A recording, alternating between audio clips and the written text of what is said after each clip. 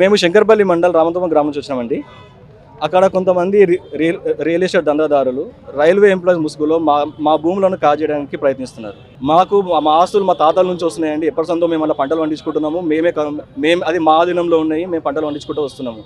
కానీ ఈ గత కొన్ని రోజుల నుంచి రైల్వే ఎంప్లాయీస్ ముసుగులో ఎవరైతే రియల్ ఎస్టేట్ దందాదారులు ఉన్నారో వాళ్ళు ఇవన్నీ ప్లాట్లు అయిపోయినాయి, జాగా మాదే అని చెప్పి మా దాంట్లోకి రావడానికి ప్రయత్నిస్తున్నారు. అక్కడ ప్లాట్లు లేవు, ఏమీ లేవు. మాకు తెలిసిన పర్సన్ ఇప్పుడు ప్లాట్లు చూడలేదు. అక్కడ మాకు ప్లాట్ల సంగతి కూడా తెలియదు. మాకు అక్కడ ఇప్పుడు కొత్తగా మరి ఇదంతా ఎందుకు చేస్తున్నారో మాకు తెలియదు. మాకు చాలా ఇబ్బంది కలుగుతున్నది. సో దానికోసమే మేము ఇక్కడ దరఖాస్తు పెట్టుకోవడానికి వచ్చినాము.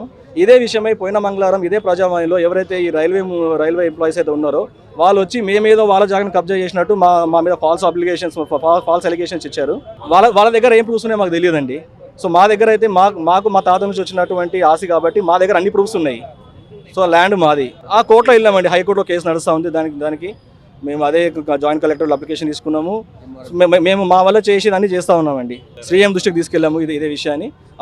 ఇందాక అప్లికేషన్ ఇచ్చాము. ఇక్కడ చాలా మంది నాకు 6-7 కుటుంబాలు ఉన్నాయండి. మాకు సీఎం గారి మీద నమ్మకం ఉంది కాబట్టి ఆ నమ్మకంతోనే మేము దరఖాస్తు పెట్టుకున్నాము ఇప్పుడు.